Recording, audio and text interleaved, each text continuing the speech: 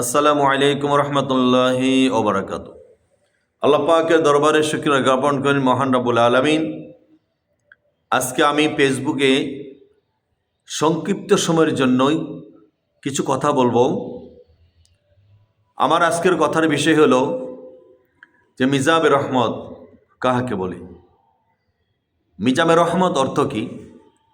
একদিন আমাদের নবী মুহাম্মদ রাসূলুল্লাহ সাল্লাল্লাহু আলাইহি সাল্লাম সাহাবীদেরকে বললেন, ও সাহাবীরা, তোমরা কি পবিত্র নেককার লোকদের মুসল্লায় কি তোমরা নামাজ আদায় করতে চাও?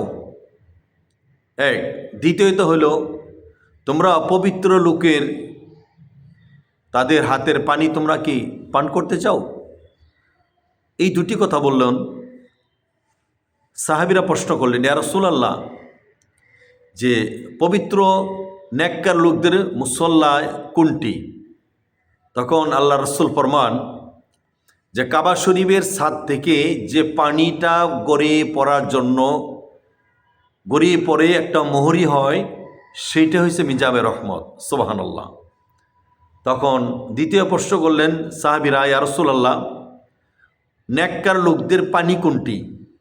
তখন আল্লাহ রসুল বলেন, ও সাহাবীরা, নেককার লোকদের পানি হইল জমজম কুয়ার পানি। সুবহানাল্লাহ। আর বলা হয়েছে জমজম কূপের পানি যদি কোনো ব্যক্তি যে কোনো নিয়াত করে সে খাবে, আল্লাহ রাব্বুল আলামিন তার নিয়াত পুরা করবে। সুবহানাল্লাহ।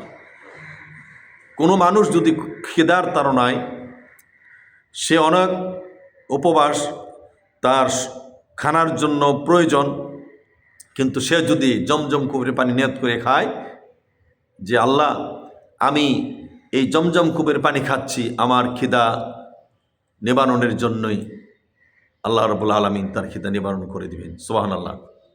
যে কোনো নিয়ত করুক না কেন, আল্লাহ সেটাই কবুল করে। সুবহানাল্লাহ।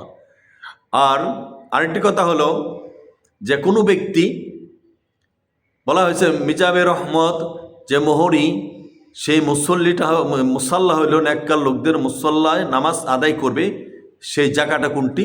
আল্লাহ রাসূল বলছেন যে কাবা শরীফের ছাদের পানি যে জায়গায় গড়িয়ে পড়ে সেইটা হলো মিজাবে রহমত। সুবহানাল্লাহ। আর সেই জায়গায় 2 রাকাত নামাজ আদায় করে কোনো মানুষ যদি সেজদায় যেয়ে 2 রাকাত নামাজ আদায় করার পর কোনো মানুষ যদি সেজদায় যেয়ে আল্লাহর কাছে সে যে আরাধনাই করবে, সে যে কোনোটাই বলবে আল্লাহর ভালো দিকের কথা, ভালো উদ্দেশ্যের কথা, আল্লাহ পাক সেই মানুষটার মনের কামনা বাসনা আল্লাহ রাব্বুল আলামিন পুরা করে। সুবহানাল্লাহ।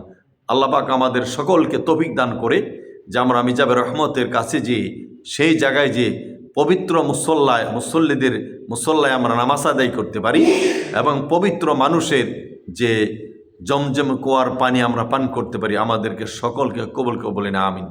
সকলে ভালো থাকেন। আমার কথাগুলি যদি ভালো লাগে মন দিয়ে শুনবেন, বিশ্বাস করবেন, সেই মক্কা মদিনা যাওয়ার নিয়ত করবেন। আল্লাহ পাক আমাদের সকলকে কবুল করে বলেন আমিন।